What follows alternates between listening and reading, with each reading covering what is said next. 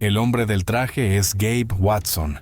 La hermosa novia que sonríe radiante a su lado es Tina Thomas, su flamante esposa, que acaba de comenzar su luna de miel soñada en la Gran Barrera de Coral, en Australia. Pero solo 11 días después de la boda, Tina se ahogó en el fondo del océano, durante su primera inmersión con su marido. Al principio, su muerte fue considerada un accidente, pero comenzaron a surgir una serie de señales extrañas, y todas apuntaban en una sola dirección. El esposo recién casado fue la última persona que la vio con vida. La foto de boda, que alguna vez fue símbolo de amor, se convirtió ahora en una desgarradora prueba en un caso que sigue siendo intensamente controvertido. ¿Murió Tina en un accidente? ¿O por la confianza ciega que depositó en el hombre al que acababa de llamar esposo? Si quieres conocer la verdad detrás de la sonrisa en esta foto, quédate con nosotros hasta el final de la historia. Confesarles a tus padres que has decidido organizar tu propia boda puede ser una experiencia angustiante. Tina Thomas estaba mucho más nerviosa que su prometido, Gabe Watson. En ese momento, Tina tenía 26 años, al igual que su futuro esposo, y esta era su tercera relación seria, así como su segundo intento de matrimonio. Su primer intento de formar una familia con su novio Scott McCulloch había terminado en fracaso. No, la relación entre la joven pareja todavía iba bien, pero solo la madre de Tina se oponía al matrimonio y desaprobaba a Scott. No tenía exigencias específicas, pero como todas las madres, deseaba que su hija tuviera una vida mejor y más feliz. Y Tina aún era muy joven entonces. Por esa razón, la pareja pronto se separó. La ilusión de un futuro compartido se desvaneció. La segunda vez, con Stan Marks, también acabó en fracaso. En ese caso, los padres de Tina no tuvieron ningún papel. La pareja no pudo superar la crisis de los primeros 3 años y se separaron de mutuo acuerdo. Finalmente, en Nochebuena, en una fiesta con amigos, Tina conoció a Gabe Watson. No se puede decir que fue amor a primera vista. Al contrario, la relación se construyó como un apoyo mutuo, después de que ambos hubieran experimentado desengaños amorosos. ¿Sí? Tal vez esa no sea la razón más feliz para iniciar una nueva relación. Pero 2 años después, Gabe le propuso matrimonio a Tina. Habiendo aprendido de experiencias amargas, Tina aceptó, pero dijo que no podía hacerlo sin la bendición de sus padres. En 2003, Gabe decidió actuar como un verdadero príncipe, romántico y cortés, y fue a conocer a los padres de su amada, eligiendo el día de San Valentín para hacerlo. Pero el padre de Tina no estaba, así que la cena se pospuso para el día siguiente, el 15 de febrero.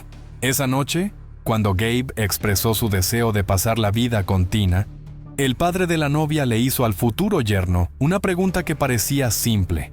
¿Amas a Tina? Gabe titubeó como un colegial y nunca respondió. Su padre interpretó esa reacción como una simple timidez frente a extraños. Luego le hizo a su hija la misma pregunta. Sorprendentemente, Tina tampoco respondió directamente, sino que comenzó diciendo que tenía miedo de quedarse sola a los 26 años. El padre pensó un momento y luego dio su bendición a la joven pareja. Preparar la boda requirió mucho tiempo y esfuerzo. Mientras Tina se ocupaba del vestido, la lista de invitados y toda la ceremonia, Gabe se enfocaba únicamente en planear la luna de miel. No le importaba en absoluto cómo quería su futura esposa pasar las vacaciones. Él ya lo había decidido todo por ella. Su plan era ir a la Gran Barrera de Coral, en el Océano Pacífico, cerca de Australia, y bucear allí, principalmente para ver el barco hundido Townsville Titanic, que naufragó en 1911. El problema era que Tina, a diferencia de Gabe, no tenía ningún interés en el buceo. Sí, él la había llevado a bucear en una piscina un par de veces, en aguas tranquilas y bajo la supervisión de un salvavidas. Pero eso era todo. Gabe, por su parte, era un buzo experimentado. Estaba terminando un curso de buceo de rescate y ya había registrado más de 50 inmersiones en ese momento. Y por supuesto, no en una piscina. Si no aprendes a bucear antes de la luna de miel, te lo digo desde ya, Te quedarás en casa, sacarás al perro o podarás los rosales del jardín. No vas a ir a ningún lado conmigo, dijo Gabe. Tina no tenía otra opción. De hecho, Gabe incluso pidió dinero prestado para comprarle el equipo personal y pagó las clases de su prometida. El primer instructor con el que entrenó Tina se sintió decepcionado por sus habilidades e incluso advirtió a Gabe que su prometida no tenía capacidad para nadar en aguas abiertas. Gabe, enojado, ignoró la advertencia del instructor, lo culpó de no saber enseñar y se negó a continuar con el curso.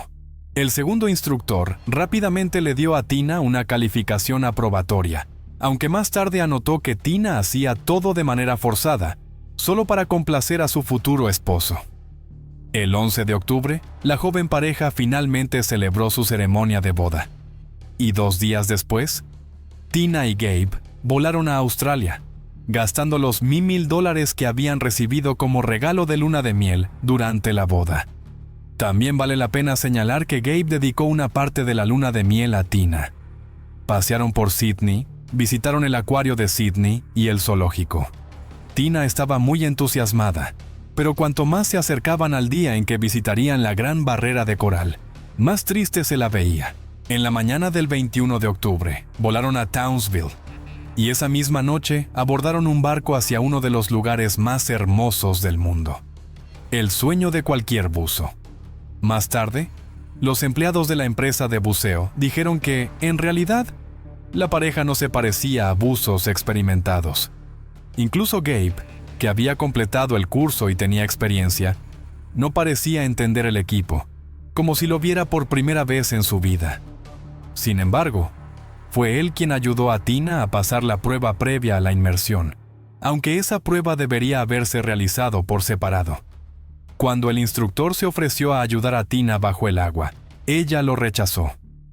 También vale la pena mencionar que el registro de inmersiones de ese día anotó una corriente muy fuerte, un detalle que no podía pasarse por alto ni ignorarse. Como se mencionó, Gabe ayudó a su esposa a configurar el equipo que habían traído desde Estados Unidos y fue a buscar los tanques de aire que necesitaban alquilar. Gabe eligió para sí mismo un tanque de 11 litros y le dio a su esposa uno de 8,5 litros, lo cual, en ese lugar, era extremadamente pequeño e incluso peligroso dada la experiencia de Tina, o mejor dicho, la falta de ella. La primera vez, no lograron descender hasta el Townsville Titanic. Tina había solicitado llevar peso adicional porque no podía descender lo suficiente, y al principio, Gabe no encendió el ordenador de buceo, un dispositivo que se utiliza para calcular las velocidades necesarias de descenso y ascenso, además de mostrar el oxígeno restante en el tanque. Después de regresar al barco, finalmente el ordenador funcionó e intentaron nuevamente. El naufragio se encontraban a una profundidad de 49 pies, y Tina fue la primera en descender, con Gabe nadando detrás de ella. Según el testimonio de Gabe, al principio todo iba bien. En un momento dado, Tina se detuvo, comenzó a hacerle señas, y luego indicó que quería subir a la superficie. De inmediato me di cuenta de que solo estaba entrando en pánico, ya lo había hecho antes. En ese momento, estábamos a mitad de camino hacia arriba, así que decidí calmarla y mantenernos a la misma profundidad por un tiempo, sin descender más, para que pudiera adaptarse mentalmente a la presión. Respiraba con mucha fuerza, lo cual era inseguro. Y fue entonces cuando noté que se estaba hundiendo. Intenté sujetarla por la correa para detenerla, pero ella movía los brazos con tanta fuerza que me tiró la máscara de la cara. Mientras me la volvía a colocar, aunque no tardé mucho, Tina ya estaba demasiado lejos de mí. Intenté nadar hacia ella, pero no pude. Así que decidí subir a la superficie para pedir ayuda al buzo de rescate. En el camino hacia arriba, vi a otro buzo con los ojos bastante rasgados, pero no notó mis señales de auxilio. Es cierto que había 2 hombres asiáticos a la misma profundidad en ese momento, pero ninguno de ellos confirmó la afirmación de Gabe de que había pedido ayuda. Más tarde, cuando la policía examinó los datos del ordenador de buceo, confirmaron que Gabe había intentado nadar detrás de su esposa por un corto tiempo mientras ella se hundía, pero luego se rindió rápidamente. El ascenso a la superficie no fue apresurado. Al contrario, Gabe ascendió exactamente según las instrucciones, haciendo pausas en cada nivel de profundidad requerido. En cuanto a los demás buzos, cuando fueron interrogados por la policía, todos creían que Gabe definitivamente podría haber salvado a su esposa, pero simplemente no lo hizo. Además, este trágico accidente ocurrió justo al inicio de la inmersión, por lo que Gabe aún tenía suficiente oxígeno en su tanque como para sumergirse hasta el fondo y volver a la superficie. Tan pronto como la tripulación del barco se dio cuenta de lo que había pasado, buscaron inmediatamente a Tina y la encontraron rápidamente. Pero lamentablemente, ya era demasiado tarde. Tina yacía de espaldas con los ojos abiertos detrás de la máscara, a una profundidad de 82 pies. Su cuerpo fue llevado a la superficie de inmediato, y en la cubierta del yate, intentaron reanimarla durante unos 40 minutos, pero fue en vano. Tina había fallecido. Durante todo ese tiempo, Gabe no se acercó a su esposa, sino que simplemente se quedó a distancia y, según los testigos, parecía aturdido y sollozaba. El personal de la empresa de buceo también dijo que, en el camino de regreso a la costa, el joven incluso se reía, conversaba y jugaba a las cartas con otros pasajeros. Gabe lo negó en el tribunal. La autopsia realizada a Tina posteriormente reveló que no todo estaba claro. Era cierto que no había signos evidentes de muerte violenta, pero había moretones en su cuello y rastros de sangre en las fosas nasales, lo cual también podía ocurrir a una profundidad de 82 pies, donde se encontró el cuerpo de Tina. No se detectó alcohol en su sangre, pero sí grandes cantidades de medicamentos como ibuprofeno y paracetamol, aunque estos se utilizan comúnmente para tratar el mareo. Se encontró una pequeña cantidad de líquido en los pulmones. El informe concluyó que Tina murió por ahogamiento, pero no descartó la posibilidad de que hubiera sufrido una privación de oxígeno antes de ahogarse. El equipo de Tina fue examinado por la Guardia Costera Australiana y no se encontraron fallos técnicos. La policía podría haberlo tratado como un accidente, una buceadora sin experiencia que ignoró las normas de seguridad y pagó con su vida. Un caso desafortunado pero común. Pero aún había muchos detalles sospechosos en esta historia, como los ambiguos resultados de la autopsia o el extraño comportamiento de Watson. Nada parecido al de un hombre que acababa de perder a su esposa. Todos esos factores implicaban que el caso no podía cerrarse tan fácilmente, y así la investigación se alargó.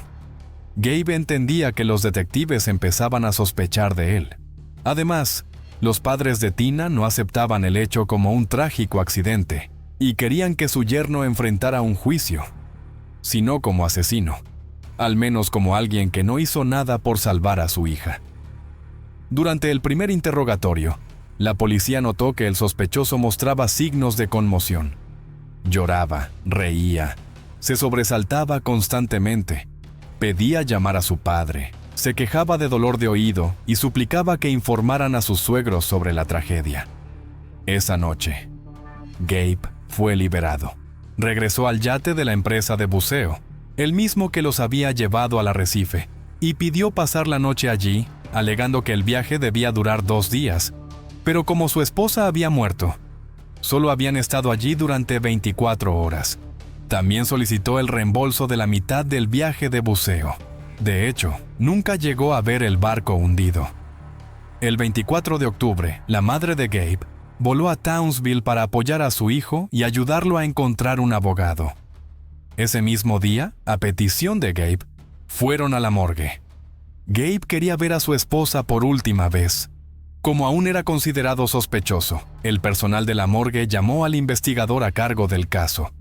En teoría, Gabe podría haber ocultado pruebas, pero el esposo en duelo solo lloró. Tomó la mano fría de su esposa y le pidió perdón, completamente ajeno a que el agente de policía estaba parado fuera de la puerta, grabándolo todo. No quise hacerte daño. Esas fueron las palabras que el detective Lawrence usó más tarde para acusar a Gabe en el tribunal. En la morgue, le dijiste a Tina que no querías hacerle daño. ¿Qué quisiste decir con eso?, preguntó Lawrence.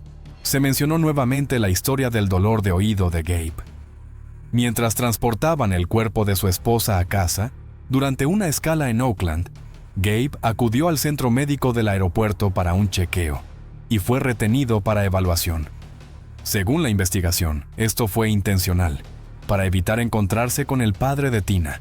Sin embargo, los buzos confirmaron que los problemas de oído son bastante comunes entre las personas que practican buceo. El funeral de Tina se llevó a cabo el 5 de noviembre, donde Gabe se vio obligado a encontrarse con el padre de la fallecida. Frente a muchas personas, Gabe retiró el anillo de bodas de la mano de su esposa, se lo puso en su propio dedo y también tomó sus pendientes. Luego se los entregó inmediatamente a su padre. Watson y la familia Thomas nunca volvieron a verse después de ese día. En el juicio posterior, se le preguntó a Gabe, ¿realmente le quitaste las joyas a tu esposa durante el funeral? Gabe simplemente sonrió y se encogió de hombros. No creo haber hecho eso. Las opiniones sobre Gabe eran divididas. Algunos pensaban que ese hombre gordito y simpático era bondadoso. Otros, en cambio, lo consideraban controlador y desesperado. Pero todos coincidían en un punto. Gabe y Tina no eran felices, o al menos no lo parecían. Las amigas de Tina confirmaron lo que ella una vez le había dicho a su padre durante una cena familiar el 15 de febrero, que se había casado con Gabe solo porque tenía miedo de morir sola, y ese miedo la había llevado a su muerte en el fondo del mar. La víctima, justo antes de la luna de miel, le confesó a una amiga que su esposo la había arrastrado a una aseguradora. La obligó a contratar una póliza de seguro de vida con un alto pago en caso de fallecimiento, y se puso a sí mismo como beneficiario. Esta declaración fue confirmada por el agente de seguros. También fue interrogado el taxista que llevó a los recién casados al yate. Dijo que Tina lloró durante todo el trayecto, pero su esposo no le prestó ninguna atención. Finalmente, la amiga de Tina, Amanda Phillips, contó otra historia que revelaba claramente la verdadera relación de la pareja. Ese bastardo grabó en secreto a Tina mientras orinaba en el baño. Luego lo editó e insertó en su video navideño. Ya las cosas iban mal, pero incluso lo reprodujo durante una reunión con muchos invitados. Se reía histéricamente mientras los demás solo hacían señas para decir que estaba loco. Tuve que cruzar los dedos como una cruz para intentar evitar que Tina se casara con él. Acuitar las joyas durante el funeral puede parecer un acto perturbador y condenable, pero en el juicio de 2008, el jurado también vio un video indignante. Watson visitando la tumba de Tina, llevándose todas las flores, que más tarde fueron encontradas en un basurero cercano. El padre de Tina había notado que faltaban las flores y colocó una cámara oculta cerca de la tumba para atrapar al ladrón, pero no esperaba ver a Gabe en las imágenes, lo que lo enfureció profundamente. En el tribunal, Gabe alegó que él y su esposa una vez hablaron sobre la posibilidad de que uno de los dos muriera durante su arriesgada luna de miel, y que no poner flores en la tumba fue una petición de Tina, una explicación que sonaba absurda y difícil de creer. No está claro cuánto tiempo habría durado la búsqueda de pruebas si la policía no hubiera decidido usar exactamente el mismo equipo de buceo de la pareja para recrear el incidente. Gabe había dicho que Tina se ahogó mientras él intentaba volver a colocarse la máscara, pero resultó que, bajo el agua, ponerse la máscara de nuevo era imposible sin una fuente de aire externa. En este caso, el oxígeno de Tina. A finales de noviembre de 2008, la policía australiana arrestó a Gabe, y el 5 de junio de 2009 comenzó el juicio. Gabe se declaró culpable, pero solo del cargo de no haber rescatado a su esposa. Fue condenado por homicidio involuntario por negligencia y sentenciado a 18 meses de prisión. Después de cumplir su condena, Gabe regresó a Estados Unidos. Pero un año después, un tribunal estadounidense lo acusó de asesinato en primer grado, alegando que el motivo era beneficiarse del seguro de vida tras la muerte de su esposa. El abogado de Gabe intentó defenderlo culpando a la empresa de buceo, que el personal no había garantizado la seguridad de los clientes y que, temiendo perder su licencia, Ahora intentaban culpar al desafortunado esposo que ya había pagado condena en el extranjero. El pago real del seguro fue de $33,000, mientras que Gabe había gastado más que eso en abogados y peritajes adicionales. Sin embargo, la fiscalía argumentó que el dinero fue el motivo principal y que los gastos solo se produjeron porque Gabe no esperaba que nadie dudara de él. Además, el fiscal también rechazó la idea de que Gabe, quien tenía un certificado para rescatar a personas que se ahogan, no hubiera podido salvar a su propia esposa. Cuando se le dio la oportunidad de hablar, Gabe dijo al jurado: «Han pasado 7 años desde aquella tragedia, y no hay un solo día en que no piense en ese día horrible. La opinión pública me ha aplastado, me ha acusado de asesinar a mi esposa, me ha llamado asesino. Nadie se ha acercado a mí y me ha dicho: entiendo cuánto dolor estás sufriendo, pero esto no fue tu culpa. Al contrario, todos quieren que muera, y en este punto puedo entender a los padres de mi difunta esposa. Ellos nunca me perdonarán, no importa cuántas veces les ruegue. La gente suele decir: no puedo imaginar lo que se siente al perder a un hijo. Pero nunca he oído a nadie decir: no puedo imaginar lo que se siente al perder a tu esposa, en tu luna de miel. Si soy culpable de algo, es de no haber intentado lo suficiente para salvar a Tina. Pero ya he pagado por eso. Quizás todos ustedes estarían más satisfechos si hubiera muerto con mi esposa hace 7 años. Pero tenía miedo de morir. Tenía miedo de no poder volver a subir desde el fondo del océano. Solo quería vivir, y todavía quiero vivir». No se presentó ninguna prueba de asesinato en el tribunal. El jurado declaró a Gabe no culpable. El hombre que aparece en la foto es George Smith, junto a su recién casada esposa, Jennifer Hagel Smith. En ese momento, ambos sonreían felices, como tantas parejas que disfrutan de una dulce luna de miel. Sin embargo, pocos habrían imaginado que detrás de esa sonrisa radiante comenzaba una de las desapariciones más misteriosas y conmocionantes jamás ocurridas en alta mar. George desapareció en circunstancias sospechosas en medio de un crucero de lujo por el Mediterráneo, dejando tras de sí innumerables preguntas sin respuesta, una serie de testimonios contradictorios y un doloroso camino en busca de la verdad por parte de su familia. Si deseas conocer todos los detalles de este caso tan impactante y controvertido, quédate hasta el final del video. George Smith y Jennifer, una pareja joven que acababa de casarse, estaban de pie en la cubierta del barco, sintiendo la brisa acariciarles el cabello y admirando la majestuosa belleza de la naturaleza. El mar Egeo se extendía ante ellos como una vida vasta por delante, llena de promesas y planes. Así comenzó su viaje de bodas. No solo un crucero ordinario, sino una historia que se convertiría en un misterio. El 5 de julio de 2005, alrededor de las 8 a.m., en la cubierta 7, dentro de una de las cabinas del crucero de Royal Caribbean, Emily Rausch, una chica de 16 años de Chicago, se preparaba para un nuevo día soleado. A través de la ventana de su camarote, Emily notó algo extraño que la sobresaltó. Vio lo que parecía ser sangre manchada en el toldo, la cubierta de un bote salvavidas cercano. También observó una mancha de sangre en el borde del toldo, como si alguien herido hubiera caído allí antes de desaparecer por la borda. Emily no pudo ignorar este descubrimiento y de inmediato informó a la tripulación del barco sobre las extrañas marcas. Muchos pasajeros de cabinas vecinas también notaron estos signos perturbadores. En la cubierta comenzó una discusión acalorada y dramática sobre lo que podría haber sucedido. Ahí comenzó la historia. Y solo unos días después de que la joven pareja hubiera embarcado felizmente en su luna de miel por el Mediterráneo, esa felicidad fue interrumpida bruscamente por un hecho terrible e inexplicable que ocurrió en la cabina número 962.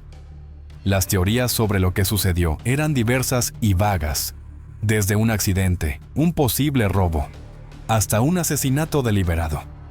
La investigación se convirtió en un laberinto enredado para la policía. Los rastros y pruebas recogidos en el barco apuntaban a múltiples sospechosos, cada uno ocultando sus propios secretos.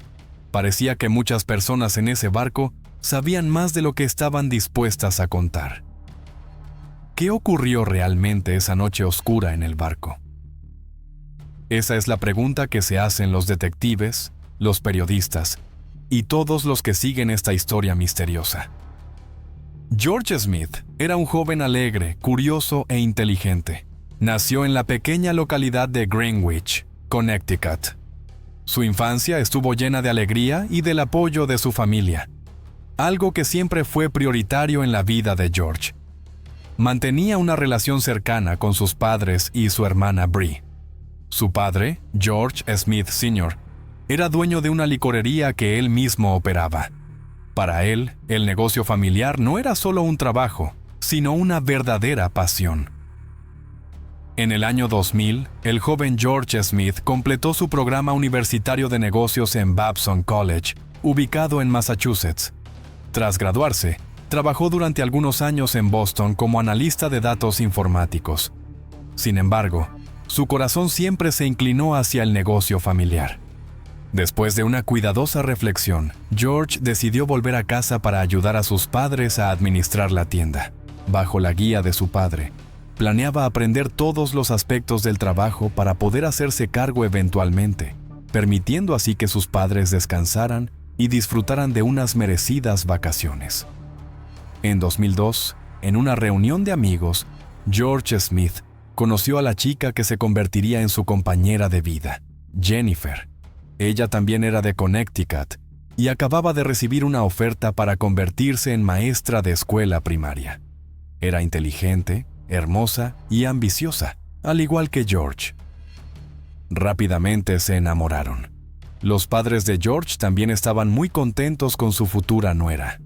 3 años después, en 2005, cuando George tenía 26 años, la pareja decidió casarse y comenzar un nuevo capítulo en sus vidas. Celebraron su boda en Castle Hill Inn, ubicado en el pintoresco pueblo de Newport, Rhode Island. La ceremonia se llevó a cabo justo junto al mar, una ubicación perfecta para el evento más importante de sus vidas. Inmediatamente después de la boda, los recién casados comenzaron su luna de miel, eligiendo un crucero de lujo, uno de los grandes barcos de Royal Caribbean. El viaje duró 12 días, recorriendo las impresionantes aguas del mar Egeo. Partieron desde Barcelona el 29 de junio y visitaron la costa azul de Francia, seguida por la costa de Italia. A bordo, George y Jennifer rápidamente entablaron amistad con otra pareja y un joven llamado Askin, de California.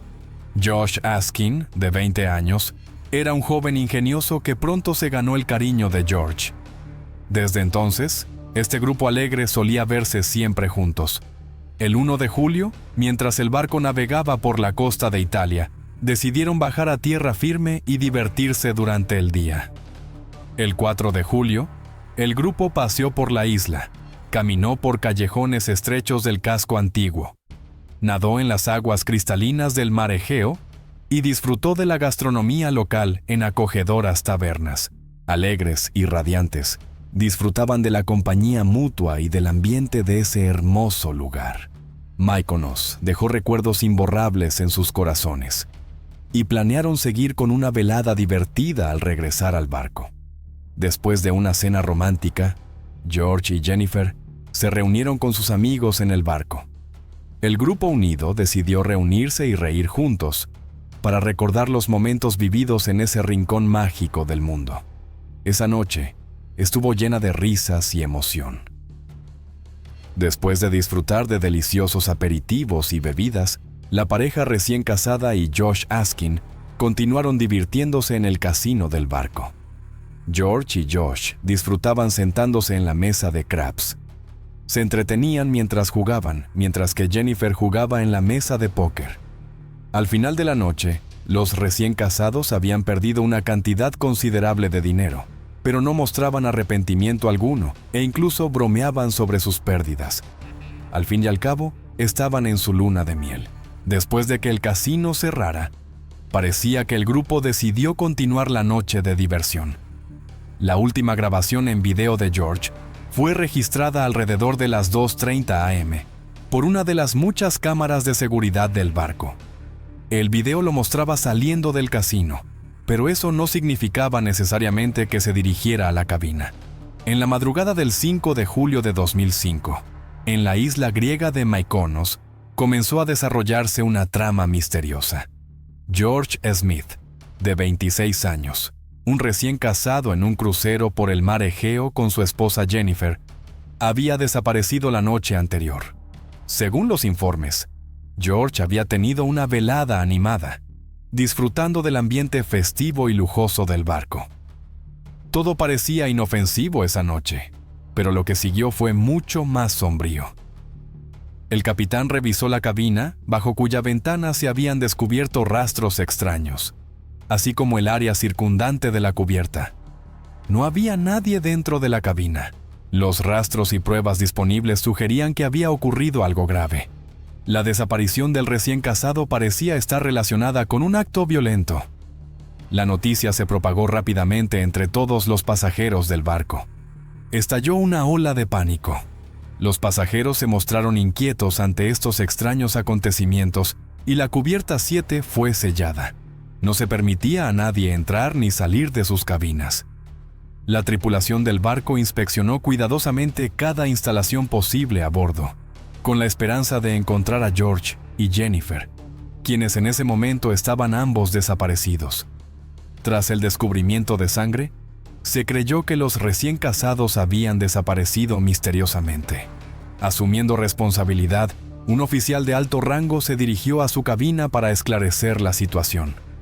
Basándose en los rastros encontrados, surgió una teoría según la cual George podría haber caído del barco. Mientras tanto, en el otro lado del barco, continuaba la búsqueda de la joven pareja. A las 10 a.m., se encontró a Jennifer en el spa del barco, donde se estaba sometiendo a un tratamiento de masaje que había reservado previamente. Su expresión facial mostraba una profunda sorpresa y preocupación. Dijo que no sabía dónde estaba su esposo y que no lo había visto desde la noche anterior. Jennifer relató que, cuando despertó esa mañana, su esposo ya no estaba en la habitación.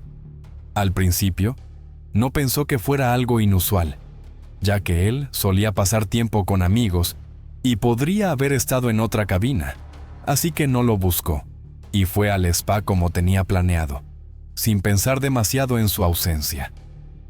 Al mediodía, las autoridades turcas subieron a bordo del barco para iniciar una investigación. El capitán tranquilizó a los pasajeros ansiosos y anunció que estos acontecimientos inusuales requerían coordinación con las autoridades locales. Recalcó que se trataba de un paso necesario para esclarecer los hechos y expresó su esperanza de que la situación se resolviera pronto. Los oficiales de policía comenzaron interrogando a la esposa del desaparecido, Jennifer. Su actitud tensa y la falta de información clara sobre su esposo la convirtieron en la principal sospechosa. Afirmó que no había visto a George desde la noche anterior y que algunas personas vestidas con uniformes blancos de Royal Caribbean habían tocado su puerta, informándole que su esposo podría haberse caído del barco. También habían descubierto manchas de sangre en el toldo del barco, lo que no dejaba lugar a dudas.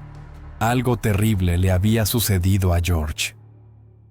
Los investigadores procedieron a registrar la cabina 962 del crucero.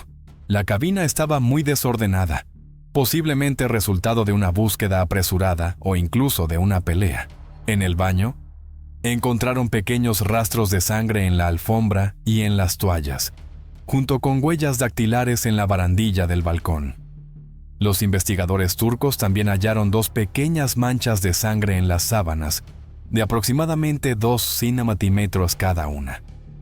Posteriormente se confirmó que esas muestras pertenecían a George. Todas las pruebas indicaban que George había sufrido lesiones dentro de la cabina antes de su misteriosa desaparición. Los investigadores prestaron especial atención a una silla en el balcón que había sido movida, lo que sugería que alguien se había sentado cerca de la barandilla.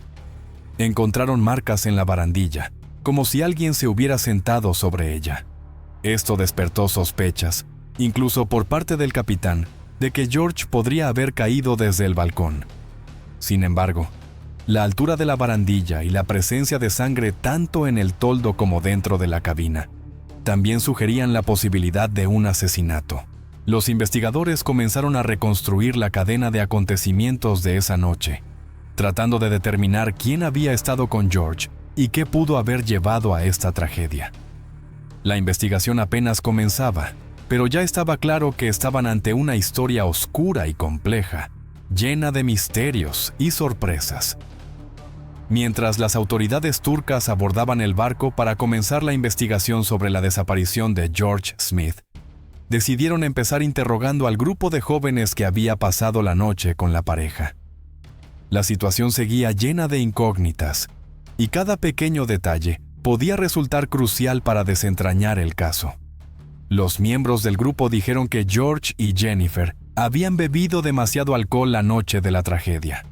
Según ellos, George estaba borracho y lo ayudaron a volver a la cabina, lo acostaron en la cama, le quitaron los zapatos y lo dejaron solo. También dijeron que no vieron a Jennifer y asumieron que ella había regresado más tarde a la cabina. Sin embargo, había algunas inconsistencias en la declaración de Josh Askin. En concreto, él afirmó haber visto a Jennifer marcharse con un empleado del casino llamado Lloyd. Josh creía que existía una relación apasionada entre ambos y que ni siquiera ocultaban su afecto frente a George.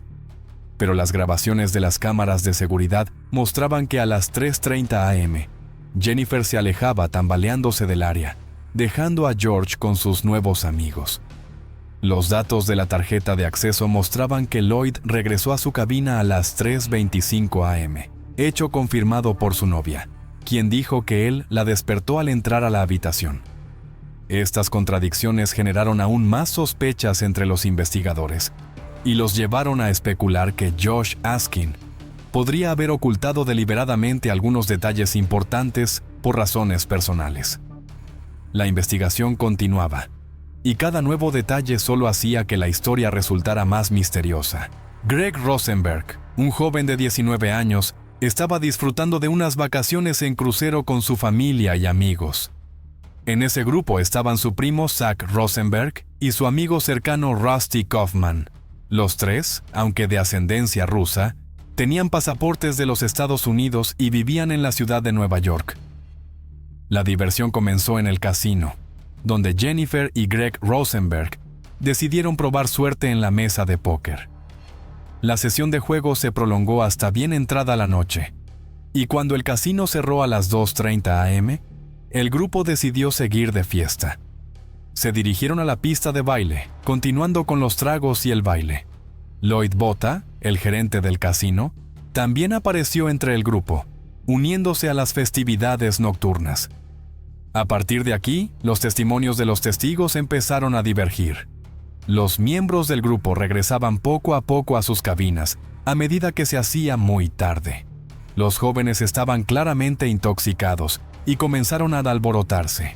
Según las normas de conducta del barco, se tomó la decisión de no servir más bebidas a los pasajeros ruidosos e indisciplinados. Cuando la tripulación se negó a servir a 2 pasajeros ebrios, el grupo recordó que habían traído una botella de absenta comprada durante su recorrido por la isla de Mykonos. Sin embargo, no se permitía a los pasajeros consumir su propio alcohol a bordo.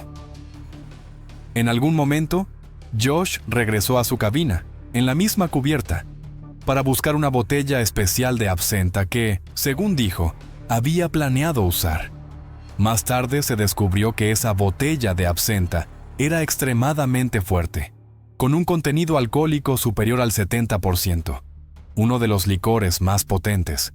George decidió ayudar a su amigo a esconder la botella metiéndosela por la cintura, después de las 3:00 a.m., y cuando el barco estaba completamente en silencio. Un atento miembro del personal de limpieza notó algo inusual.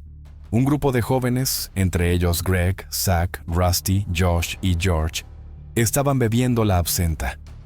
Esta situación no pasó desapercibida y se convirtió en otro elemento clave dentro de la investigación. Sin embargo, los jóvenes no fueron los únicos ebrios esa noche. Jennifer, quien al principio parecía sobria y compuesta, comenzó a cambiar notablemente. Empezó a tambalearse e incluso se apoyó en el gerente del casino, Lloyd, en un momento dado. Su comportamiento dejó impresiones mixtas entre los testigos. Algunos pensaban que solo intentaba mantenerse en pie, mientras que otros lo vieron como un gesto coqueto. Lo que sucedió después entre la joven pareja sigue sin estar claro. Según algunos testigos, hubo una discusión entre ellos. Tal vez solo estaban hablando sobre la noche anterior, en tono de broma o en serio.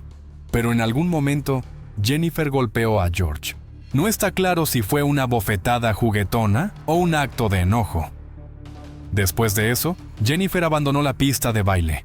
Alrededor de las 3:30 am, Jennifer, visiblemente ebria y tambaleándose, salió del área de entretenimiento, dejando a George rodeado por sus nuevos amigos. Ese momento marcó el punto de inflexión de la noche. El testimonio de un camarero fue clave para aclarar los detalles del incidente. El andar tambaleante de Jennifer por el pasillo llamó la atención del limpiador que anteriormente había visto al grupo bebiendo absenta. Él la ayudó a llegar al ascensor y la vio girar a la derecha al llegar a su piso. Sin embargo, había algo extraño. La habitación de Jennifer quedaba a la izquierda, pero ella fue en dirección opuesta. Más tarde, se encontró a Jennifer durmiendo en el pasillo, lejos de su cabina. 2 guardias de seguridad y una empleada que estaba de turno usaron una silla de ruedas para llevarla de regreso a su habitación. Cuando llegaron, ya eran las 4:52 am, pero George no estaba allí. La cortina del balcón estaba completamente corrida y no se había movido a pesar del viento, lo que planteaba la pregunta: ¿había salido George solo al balcón después de que sus amigos lo dejaran acostado en la cama? El alguacil adjunto Chet Hyman y su esposa, que se alojaban en la cabina contigua, fueron testigos de lo ocurrido. La pareja había estado durmiendo durante un tiempo, pero a las 4:00 am se despertaron por ruidos en su piso. Escucharon fuertes sonidos provenientes de la cabina 962, donde se alojaban los recién casados. Chet Hyman llamó de inmediato a los servicios para huéspedes para reportar el disturbio. También golpeó la pared y gritó a los vecinos, lo que hizo que el ruido se detuviera momentáneamente. Luego, se volvieron a escuchar voces fuertes que duraron unos 3 minutos, seguidas de una discusión acalorada en el balcón. Chet y su esposa escucharon a alguien decir «buenas noches» repetidamente, como si estuviera tratando de echar a alguien de la cabina.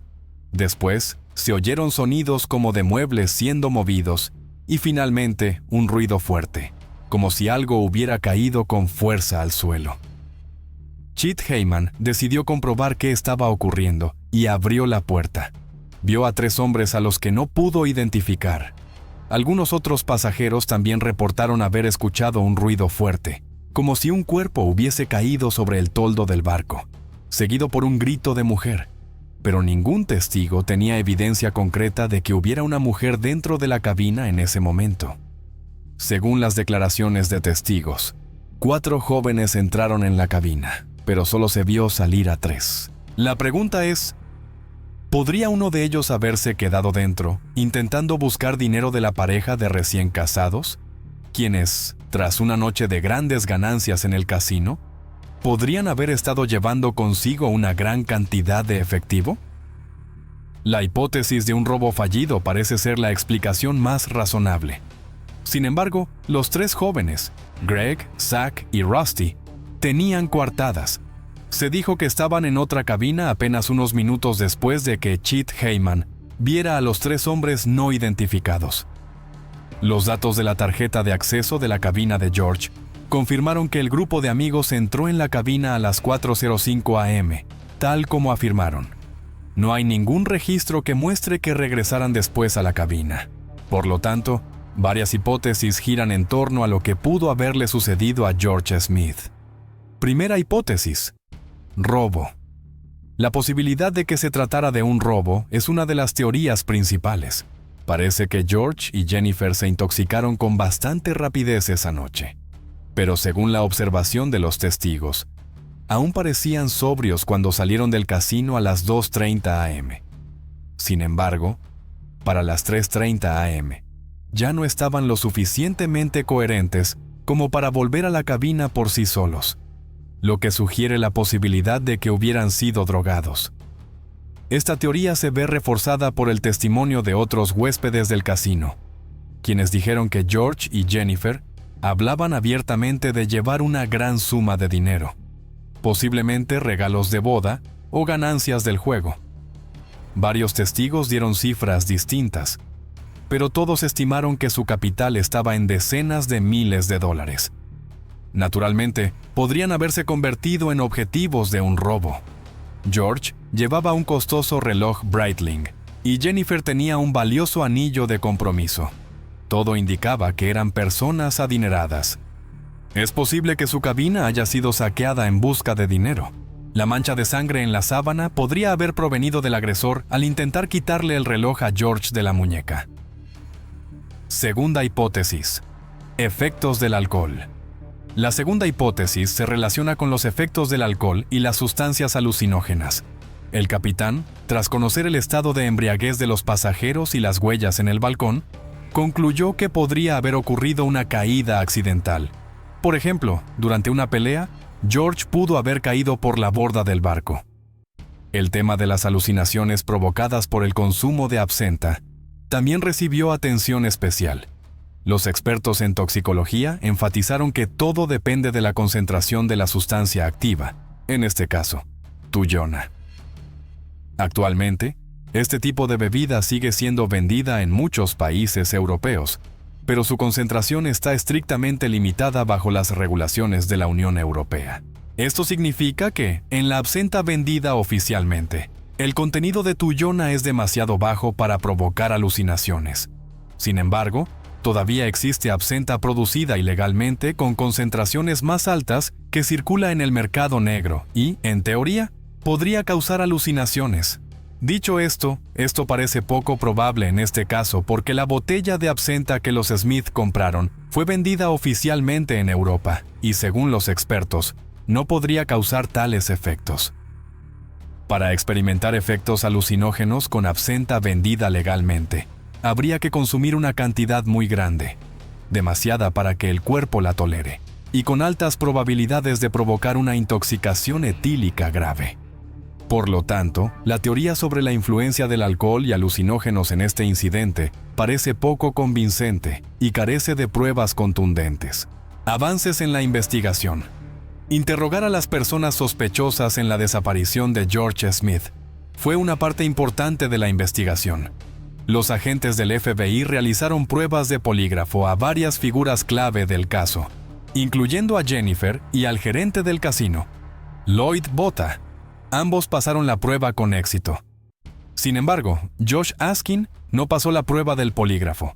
Esto podría sugerir que está ocultando algo relacionado con la desaparición de George, pero también podría deberse a tácticas especiales de interrogación utilizadas para obtener más información.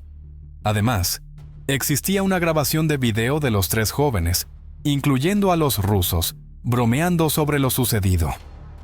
Este video se convirtió en una prueba clave y fue minuciosamente examinado por los agentes del FBI. En el video, una persona no identificada dijo: "Le dimos una lección de paracaídas, sin paracaídas". Esa frase podría ser una alusión a un evento o una broma relacionada con George. En 2009, los 4 individuos, Greg, Zach, Rusty y Josh Askin, fueron citados por el FBI para rendir declaración como testigos en la investigación sobre la misteriosa muerte de George Smith. Zach Rosenberg y Josh Askin se negaron a responder directamente e invocaron la Quinta Enmienda de la Constitución de los Estados Unidos, que permite a una persona no autoincriminarse. Los testimonios seguían siendo vagos y parecía que no estaban dispuestos o no podían contar toda la verdad sobre lo que había ocurrido. La investigación sobre George Smith también se vio influenciada por la declaración de Greg Rosenberg, uno de los jóvenes que había estado con el grupo de fiesta esa noche. Él afirmó que habían pedido comida a la cabina ese día, y esto se consideró una coartada clave para el grupo de jóvenes rusos. Sin embargo, hubo inconsistencias en esta afirmación. Los registros del servicio a bordo no indicaban ningún pedido de ese tipo. y la cabina había sido bloqueada del sistema de entrega de alimentos desde el día anterior. Incluso se había instruido al personal que no proporcionara ningún servicio a esa cabina esa noche. Greg tampoco pudo confirmar con exactitud quién de los huéspedes de la cabina había hecho el pedido. Cuando se les preguntó sobre la relación entre George y Jennifer, los testigos dieron respuestas variadas basadas en sus observaciones personales y recuerdos. Greg dijo que, como todos habían bebido demasiado alcohol, era difícil determinar si la relación de los recién casados era buena o mala. Enfatizó que todos en el grupo estaban muy intoxicados. A partir del testimonio de Greg, no se pudo sacar ninguna conclusión clara sobre la naturaleza de su relación. Josh Askin declaró que Greg había salido de la cabina después de hacer el pedido de comida, pero Greg lo negó e insistió en que no había salido. Estas contradicciones complicaron aún más la investigación y requirieron verificación adicional y comprobaciones prácticas. Un punto clave de la declaración de Greg es que no tenía información sobre si Jennifer o Lloyd Botha estaban involucrados en la desaparición de George, pero afirmó que el incidente no fue un accidente. Este joven dijo que algo loco había ocurrido esa noche y que tarde o temprano la verdad saldría a la luz. En diciembre de 2019, Greg Rosenberg fue asesinado y su muerte también sigue sin resolverse. La policía está investigando la posibilidad de una conexión entre este asesinato y la muerte de George Smith. La misteriosa desaparición de George Smith se convirtió en un caso verdaderamente impactante, que arrojó una sombra oscura sobre su familia. La situación se volvió cada vez más complicada, y el comportamiento de quienes estaban cerca de él después de la tragedia atrajo la atención tanto del público como de las agencias policiales. La familia Smith continuó presionando a las autoridades, exigiendo que se revelara la verdad y se hiciera justicia. La desaparición de George fue transferida de la oficina del FBI en Connecticut a la oficina del FBI en Nueva York. Su persistencia, y especialmente su capacidad de atraer la atención pública a través de los medios, trajo muy pocos resultados para esclarecer el misterio. La familia ofreció una recompensa de $1,000,000 por cualquier información que ayudara a identificar y castigar al responsable. También pidieron un boicot contra la compañía de cruceros, que, según ellos, estaba encubriendo deliberadamente el incidente para proteger sus ganancias. La relación entre los padres de George y su joven esposa Jennifer se deterioró después del incidente. Su comportamiento comenzó a ser observado con lupa. En público, parecía demasiado tranquila, demasiado correcta. Su discreción y su falta de disposición a compartir información completa despertaron sospechas. Jennifer dijo que estaba siguiendo las instrucciones de los agentes del FBI y solo hacía lo que se le pedía. La familia Smith, en su lucha por la justicia y la verdad, finalmente perdió la fe en Jennifer cuando aceptó una oferta de acuerdo privado con la compañía de cruceros para poner fin a la demanda, por una suma de $1,000,000. Para ellos, esa decisión fue como una traición y una forma de evitar más acusaciones contra los organizadores del crucero. La familia Smith se sintió decepcionada por la falta de transparencia en la investigación de las autoridades turcas y consideró que Jennifer fue demasiado rápida en aceptar el acuerdo. Creían que Jennifer estaba ocultando algo y que no mostraba suficiente interés en descubrir qué había ocurrido realmente. Por su parte, Jennifer dijo que apenas recordaba algo después de las 2:30 a.m. de esa madrugada y que ni siquiera sabía que el personal del barco la había encontrado en el pasillo y la había llevado de vuelta a la cabina. La investigación turca no satisfizo a la familia Smith y también perdieron la confianza en el sistema de justicia. Desconfiando de las conclusiones oficiales, decidieron buscar justicia por su cuenta y solicitaron la ayuda del experto forense independiente Henry Lee. Henry Lee realizó una serie de estudios en la cabina y en el balcón, tareas que no se incluyeron en la investigación oficial. Estas investigaciones podrían revelar información crucial sobre lo que había ocurrido y, potencialmente, confirmar una de las dos teorías principales: asesinato o accidente. Según Henry Lee, la altura de la barandilla del balcón no era suficiente para concluir que se trató de una simple caída. George pudo haber sido empujado por alguien o, en un estado de pérdida de control, pudo haber subido a una silla y caído. Sin embargo, esta última teoría plantea muchas preguntas y dudas. El experto tenía la intención de realizar un experimento para simular una caída desde el balcón, pero la compañía de cruceros negó esa solicitud. Los familiares de George creyeron que esa decisión tenía como objetivo obstaculizar sus esfuerzos por descubrir la verdad.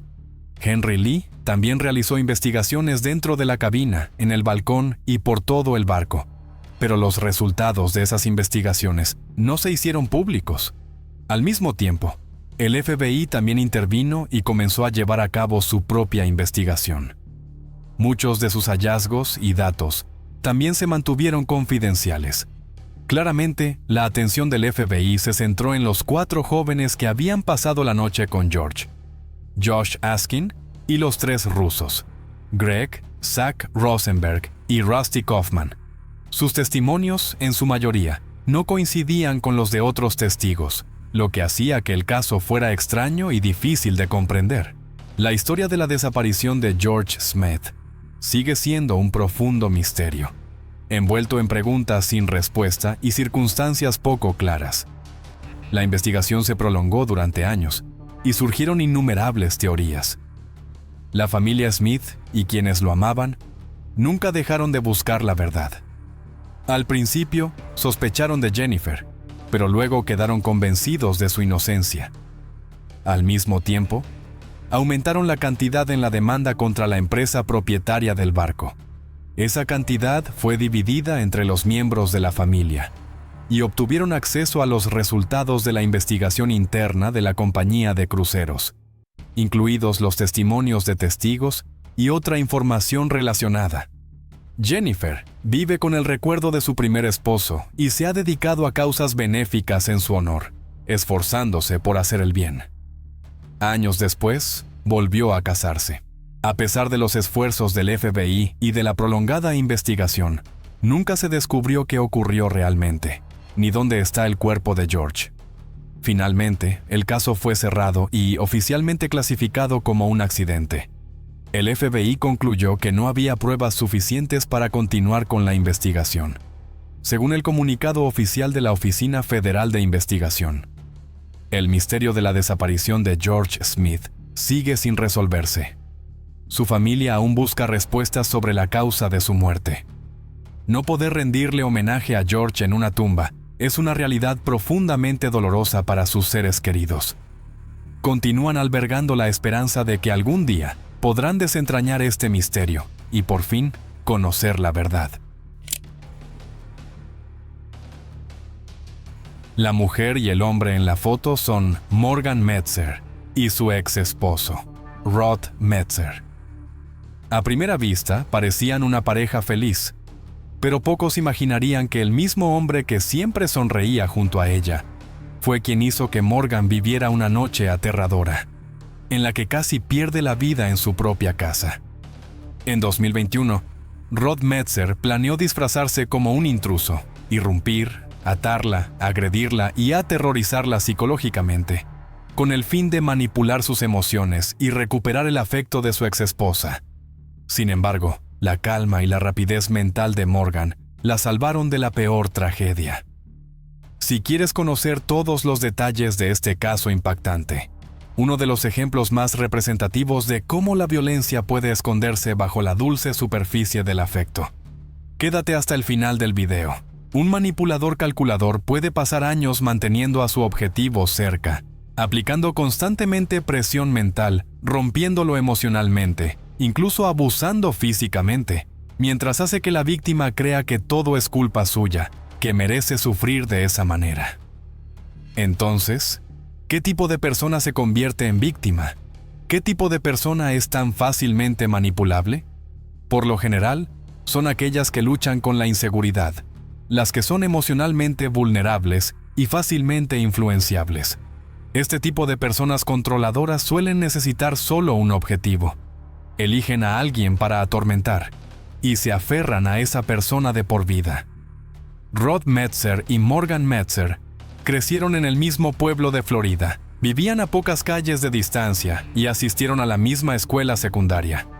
Se conocieron cuando Morgan tenía 14 años y Rod Metzer acababa de cumplir 17.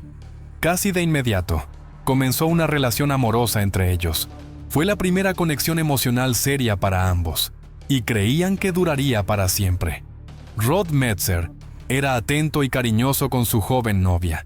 Le hacía regalos, planeaba sorpresas y la llevaba a lugares hermosos.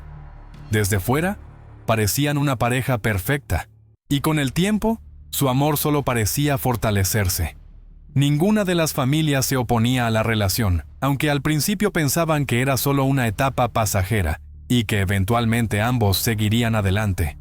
En 2008, Rod Metzer le propuso matrimonio oficialmente, y Morgan aceptó. Ella acababa de cumplir 20 años y Rod Metzer tenía 23. Creían estar listos para el siguiente paso y comenzaron a construir una verdadera familia juntos. Un año después, celebraron una gran boda y se mudaron a su propio hogar, ubicado en un vecindario tranquilo y remoto a las afueras del pueblo. Era un lugar pacífico y poético, cercano a la naturaleza, ideal, pensaban, para criar a un hijo o hija en un entorno calmado y seguro. No mucho después de la boda, la personalidad de Rod Metzer comenzó a cambiar, pero Morgan no le prestó mucha atención. Siempre había sido algo posesivo y la vigilaba de cerca, pero ella creía que era solo su manera de mostrar amor y cuidado. La pareja continuó construyendo su vida, haciendo planes para el futuro y soñando con convertirse algún día en padres. Luego, en 2010, una tragedia golpeó a la familia Metzer.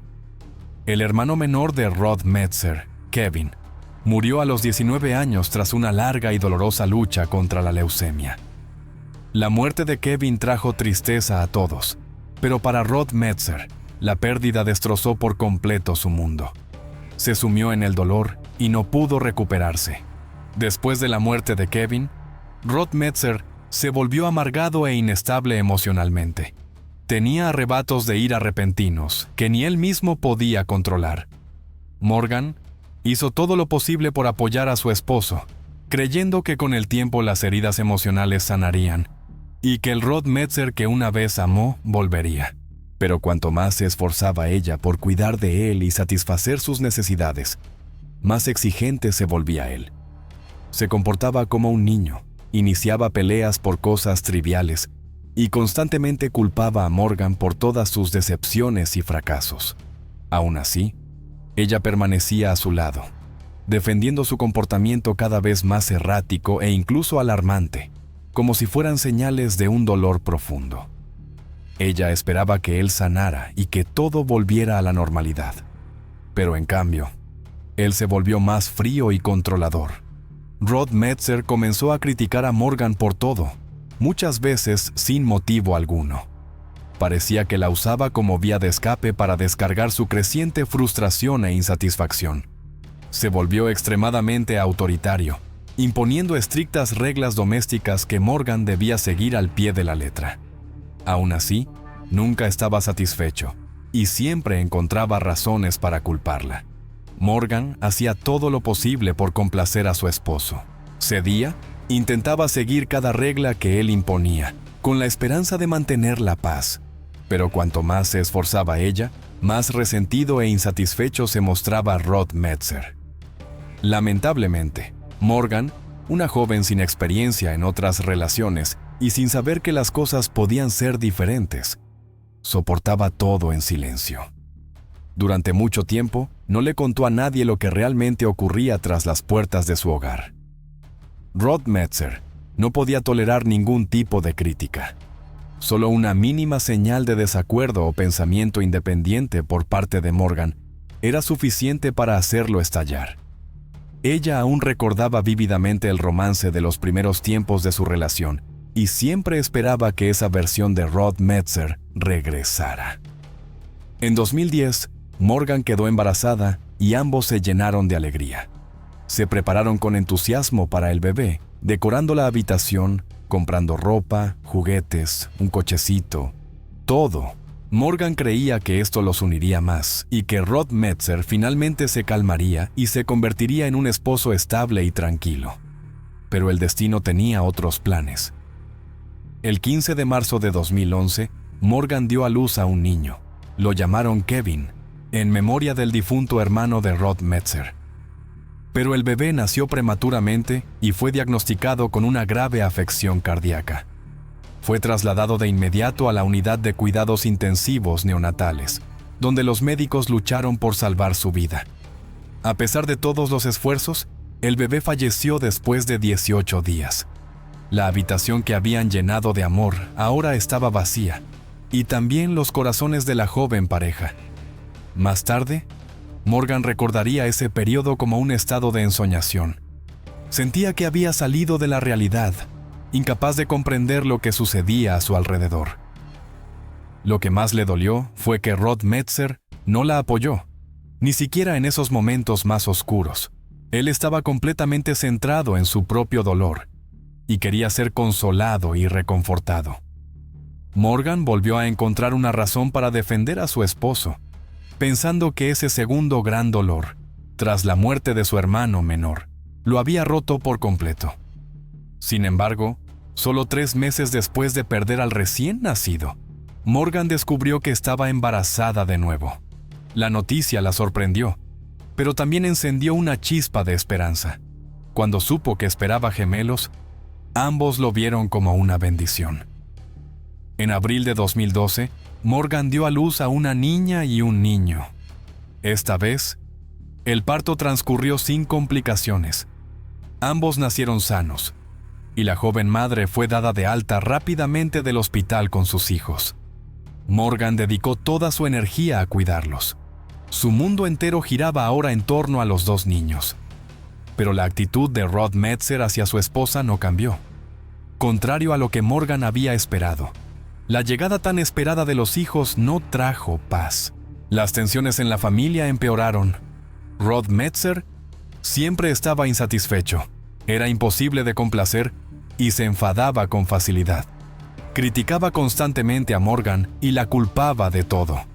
Fue la primera vez que Morgan empezó a darse cuenta de que las cosas no podían seguir así para siempre. En una conversación sincera con su hermana, describió su matrimonio como una fuente de presión constante y daño emocional. Rod Metzer era un manipulador hábil y, en muchos sentidos, un tirano dentro de la familia. Acusaba a Morgan de ser dependiente de él, aunque ella no podía trabajar en ese momento porque tenía que cuidar a los gemelos. Como el único proveedor económico del hogar, él exigía obediencia absoluta, negándose a aceptar quejas o desacuerdos. Hay que reconocer que, después del nacimiento de los gemelos, Rod Metzer asumió un trabajo adicional porque la familia necesitaba dinero. Estaba realmente exhausto, pero eso no justificaba la forma en que trataba a su esposa. Su personalidad difícil también hacía que le costara mantener un trabajo durante mucho tiempo, lo que obstaculizaba su progreso profesional. Cuando los 2 niños crecieron un poco, Morgan, que tenía un título en diseño y arquitectura, decidió iniciar su propio pequeño negocio. Comenzó a trabajar como diseñadora de interiores y rápidamente encontró el éxito, a pesar de los constantes comentarios despectivos de Rod Metzer. Desde el principio, él afirmaba que fracasaría y que no era capaz de ganar dinero de verdad. Sin embargo, el negocio de Morgan creció rápidamente. Su lista de clientes se hacía cada vez más larga, y pronto invitó a su mejor amiga, Nicole, a ser su asistente y socia. Poco tiempo después, Morgan empezó a ganar considerablemente más que su esposo, convirtiéndose en la principal proveedora de la familia. Pero en lugar de alegrarse por el éxito de su esposa, Rod Metzer estalló en celos y resentimiento mal disimulados. Tal vez se sentía como un fracaso, pero en lugar de cambiar la situación, encontrar un mejor trabajo o simplemente apoyar a su esposa, Rod Metzer se empeñó aún más en intentar destruirla. Insultaba y humillaba con frecuencia a la madre de sus hijos, culpándola de sus propios fracasos profesionales. Lo que más le molestaba era que ya no podía controlar cada movimiento de Morgan. con su agenda de trabajo tan ocupada y su creciente independencia, imponer reglas estrictas e irracionales en el hogar como antes se volvió imposible. En 2019, Morgan fue honrada con un prestigioso premio de diseño, siendo reconocida oficialmente como una de las mejores profesionales de su ciudad. Rod Metzer ni siquiera la felicitó. De hecho, se mostró enfadado e indignado por su éxito. Ese momento fue un punto de inflexión para Morgan. Se dio cuenta de que su matrimonio no solo estaba roto, sino que no valía la pena salvarlo. Un mes después, ambos se fueron de viaje un fin de semana. Morgan había planeado este viaje como una oportunidad para tener una conversación seria con Rod Metzer, lejos de los niños. Sin saber cómo reaccionaría él, ella abordó el tema con cautela, guiando gradualmente la conversación hacia la idea de una separación. Pero tan pronto como Rod Metzer se dio cuenta de hacia dónde iba la conversación, se enfureció. Lo que siguió fue un estallido violento. Y cuando regresaron a la habitación, Rod Metzer cruzó una línea que nunca antes había cruzado. Agredió a su esposa, le dio varios puñetazos en la cara, le agarró los brazos cuando ella intentó protegerse, y luego la empujó con tanta fuerza que cayó al suelo. Ella se quedó atónita. Él nunca la había golpeado antes. De hecho, anteriormente se había expresado con firmeza en contra de la violencia. Ahora, parecía una persona diferente, alguien capaz de causar daño real. Morgan llamó de inmediato a su padre, le contó lo que había sucedido y le suplicó que fuera a buscarla lo antes posible. Su padre llegó rápidamente y encontró a su hija llorando, visiblemente golpeada y en un estado de pánico. Fue en ese momento cuando la naturaleza manipuladora de Rod Metzer se hizo completamente evidente. Al principio, negó todo con calma. Luego, con el mismo tono sereno, afirmó que Morgan había iniciado la discusión en público, había hecho una escena, y que cuando regresaron a la habitación, ella misma se había lesionado para acusarlo falsamente. Según Rod Metzer, la única marca que él le había dejado era en la muñeca, porque solo intentaba sujetarla para evitar que se hiciera más daño. Sorprendentemente, logró convencer al padre de Morgan de que su versión era cierta. Su padre le creyó a él más que a su propia hija. Ese momento fue cuando Morgan finalmente comprendió el alcance de la manipulación profunda de Rod Metzer y con quién había estado viviendo todos esos años. Después de que Morgan mencionara el divorcio, Rod Metzer se apoderó rápidamente del control de la narrativa. Se puso en contacto con familiares y amigos, convenciéndolos de que él estaba haciendo todo lo posible por mantener a la familia unida por el bien de los niños, mientras que Morgan era la que estaba destruyendo el matrimonio. Al mismo tiempo, Rod Metzer continuaba ejerciendo presión psicológica sobre Morgan, insistiendo en que no podría sobrevivir por su cuenta y que nadie más la querría. La culpaba por la ruptura de su relación y por el estancamiento de su carrera. Durante los meses siguientes, Morgan luchó con la culpa y la duda. Se preguntaba si realmente era ella la culpable. Pero en septiembre de 2020, finalmente solicitó el divorcio. Su esposo y algunos familiares intentaron disuadirla, pero su mejor amiga, Nicole, permaneció a su lado. Cuando Rod Metzer se dio cuenta de que Morgan hablaba en serio y de que sus tácticas manipuladoras de siempre ya no surtían efecto, recurrió a una forma más sofisticada de manipulación. Creó una cuenta de correo electrónico falsa, usó la identidad de una clínica médica y se envió a sí mismo un diagnóstico inventado, asegurando que tenía una enfermedad grave. Luego, le suplicó a Morgan que no lo abandonara durante lo que describía como el momento más difícil de su vida. Una vez más, Morgan creyó al hombre con el que había vivido tantos años, especialmente porque el hermano menor de Rod Metzer había muerto de leucemia y su padre había luchado durante años contra el cáncer de próstata. La afirmación de que Rod Metzer tenía una enfermedad maligna parecía creíble. En ese momento, ambos vivían por separado, y Rod Metzer se había mudado a un apartamento, dejando la casa a Morgan y a los niños. pero al enterarse de la supuesta enfermedad de su esposo, ella le permitió regresar a la casa, aunque no renunció a su intención de finalizar el divorcio. Poco después, su matrimonio fue legalmente disuelto. Ambos acordaron compartir la custodia de los hijos, pero a pesar de estar oficialmente divorciados, continuaron viviendo bajo el mismo techo.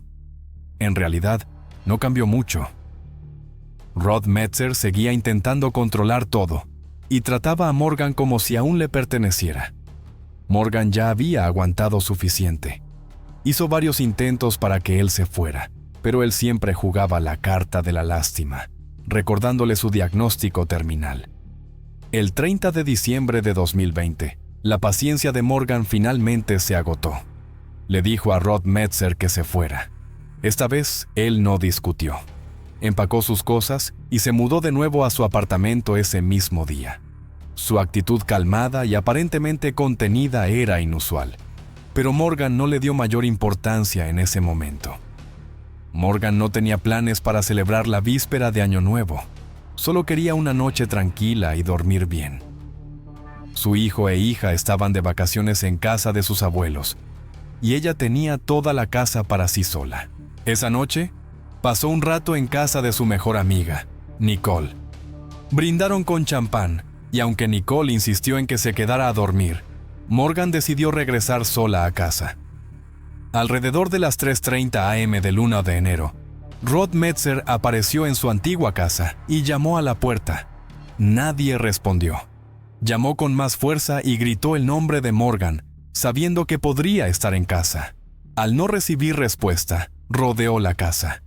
En el patio trasero, en el porche, encontró a Morgan en un estado espantoso. Estaba tendida afuera cerca de la puerta, casi desnuda, con las manos atadas a la espalda. Tenía una funda de almohada puesta sobre la cabeza, atada como una capucha improvisada. Rod Metzer corrió a ayudarla. La desató y trató de averiguar qué había pasado, preguntando una y otra vez quién le había hecho eso. Morgan estaba en un estado total de pánico. Lloraba y gritaba, suplicándole que llamara a emergencias y que no la dejara sola. Rod Metzer llamó a los servicios de emergencia y reportó el incidente. Cuando la policía y el personal médico llegaron a la casa de Morgan, Rod Metzer estaba sentado en su coche en la entrada, mientras que Morgan, herida y llorando, fue encontrada dentro de la casa. La escena despertó inmediatamente sospechas. ¿Por qué el ex esposo no estaba con ella? Especialmente considerando que claramente acababa de sufrir un ataque horrendo. Mientras el equipo médico evaluaba y estabilizaba el estado de Morgan, se sorprendieron por la gravedad de sus lesiones. Tenía una conmoción cerebral, múltiples costillas rotas y hematomas extensos por todo el cuerpo. Su rostro estaba tan hinchado que no podía abrir el ojo derecho en absoluto. Peor aún, había sido atacada violentamente en 2 ocasiones y estrangulada con las manos desnudas hasta quedar inconsciente, cada vez, el agresor soltándola justo antes de que perdiera el conocimiento. Aunque algunos objetos de la casa faltaban, el ataque no parecía un robo típico. Se sentía personal, como si alguien tuviera un rencor. Mientras el personal médico atendía a Morgan, la policía comenzó a revisar la escena y a recolectar pruebas. El padre y la hermana de Morgan llegaron poco después de enterarse de lo sucedido, uniéndose a ella y a Rod Metzer en la casa. Morgan le contó a la policía que había enviado a su hijo e hija a casa de sus abuelos por las fiestas y se había quedado para terminar un proyecto. El 31 de diciembre, solo había visto a Nicole. Después de regresar a casa, cerró con llave las puertas y activó el sistema de seguridad. Trabajó un rato y luego se fue a la cama alrededor de las 11 p.m. Se despertó con ruidos extraños y una sensación escalofriante de que alguien estaba en la habitación. Al mirar a su alrededor, vio una figura alta parada en el umbral, vestida de negro y con una máscara que recordaba al personaje de Batman. De repente, él sacó una pistola y la apuntó. Le dio un fuerte golpe en la cabeza con el arma y luego comenzó a golpearla y patearla repetidamente. Después, la obligó a acostarse boca abajo, Le ató las manos detrás de la espalda y le arrancó la ropa violentamente. Lo que siguió fue una agresión brutal. Golpes incesantes y varios intentos de estrangulamiento. Morgan perdió el conocimiento más de una vez y en varios momentos creyó que iba a morir. Pero cada vez, el atacante aflojaba su agarre lo suficiente para que Morgan pudiera respirar. La pesadilla duró alrededor de 1 hora, aunque para Morgan pareció interminable. En un momento, el agresor dijo vagamente que ella se arrepentiría de lo que había hecho, pero no explicó más. Luego continuó atormentándola. Extrañamente, alteró su voz para imitar el estilo de habla del personaje de Batman. Antes de irse, amenazó con matar tanto a Morgan como a Rod Metzer. Desesperada por sobrevivir, Morgan le suplicó que no lastimara a su exesposo. Después de eso, la agresión física se detuvo.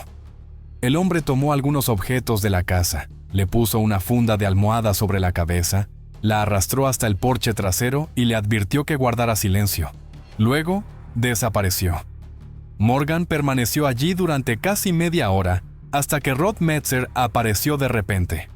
Cuando Rod salió por un momento, Morgan pidió en voz baja hablar a solas con los investigadores. Una vez que estuvo sola con la policía, reveló una verdad escalofriante. Sabía exactamente quién la había atacado. Fue Rod Metzer. Lo reconoció por la forma en que respiraba y por cómo la tocaba. Seguirle la corriente a su retorcido escenario pudo haberle salvado la vida. Según Morgan, el agresor dijo que ella extrañaría a su exesposo e incluso amenazó con matarlo. Ese fue el momento en que se convenció de la identidad del intruso. Al darse cuenta de ello, Morgan decidió darle la vuelta a la situación, usando sus propias tácticas de manipulación contra él. Comenzó a llorar, a suplicarle que no lastimara al padre de sus hijos. Repetía una y otra vez que aún lo amaba. Sus palabras tuvieron un efecto inmediato. La agresión se detuvo al instante. El intruso revisó la habitación, tomó algunos objetos sin valor. Luego llevó a Morgan afuera y desapareció en la noche. Solo unos minutos después, Rod Metzer apareció, casi sospechosamente puntual. El testimonio de Morgan fue altamente convincente. El incidente claramente no fue un robo ni un allanamiento. La intención principal era torturar y humillar a la víctima. Lo que lo hacía aún más sospechoso era la repentina aparición de Rod Metzer en medio de la noche, sin invitación y sin ninguna razón legítima, especialmente considerando que los niños no estaban en casa. No había señales de entrada forzada. El sistema de seguridad no se había activado. Aún más extraño, ninguna de las cámaras de seguridad funcionaba. La policía se dio cuenta rápidamente de que el intruso no solo conocía el sistema de seguridad del hogar, sino que también sabía cómo desactivarlo. Uno de los sensores de movimiento junto a la ventana del sótano había sido desplazado deliberadamente para que no activara la alarma al abrirse. Esa podría haber sido la forma en que el atacante entró. Cuando se le informó sobre el sensor alterado, Morgan sospechó de inmediato de Rod Metzer. Creía que él lo había hecho mientras aún vivía en la casa, posiblemente planeando el ataque con antelación. Aún así, le preocupaba que Rod una vez más manipulara la situación y escapara de la justicia. Pero el investigador principal la tranquilizó asegurándole que descubrirían la verdad. La policía citó a Rod Metzer para ser interrogado. La primera pregunta fue por qué había aparecido en la casa de Morgan en medio de la noche. Rod afirmó que no podía dormir y que había visto a un hombre vestido de negro parado cerca de la ventana de su apartamento. Según él, el desconocido usó su dedo para escribir el nombre de Morgan en el vidrio. Asustado, dijo que intentó llamar a Morgan. Como ella no respondió, decidió ir a verla. Pero Morgan insistió en que no recibió ninguna llamada esa noche. Cuando la policía revisó el historial de llamadas de Rod Metzer, no encontraron llamadas a su número en ese periodo. Claramente, Rod estaba mintiendo, aunque aún no había pruebas suficientes para arrestarlo. Sin embargo, lo que encontraron en el teléfono de Rod Metzer fue escalofriante. Numerosas fotos de Morgan tomadas sin su conocimiento. Aún más inquietante, había hackeado su teléfono y leído sus mensajes privados. Cuando se le confrontó por la sospecha de su implicación en el ataque, Rod lo calificó como totalmente ridículo e inmediatamente acusó a Morgan de intentar arruinarle la vida. Aunque continuó negándolo todo, la policía obtuvo una orden judicial para registrar su apartamento. Lo que encontraron allí fortaleció aún más el caso. Tras recuperar archivos eliminados del ordenador portátil de Rod, los investigadores descubrieron docenas de búsquedas relacionadas con cómo asfixiar a alguien hasta dejarlo inconsciente sin matarlo. También había investigado cómo alterar la voz. Dentro del apartamento de Rod, la policía encontró un paquete de bridas plásticas, idénticas a las utilizadas para atar a Morgan. Aún peor, algunas de ellas estaban unidas formando esposas improvisadas, exactamente como las usadas en el ataque. Al ser interrogado sobre estos hallazgos, Rod se mantuvo tranquilo e insistió en que alguien lo estaba incriminando. Afirmó que jamás había comprado algo así.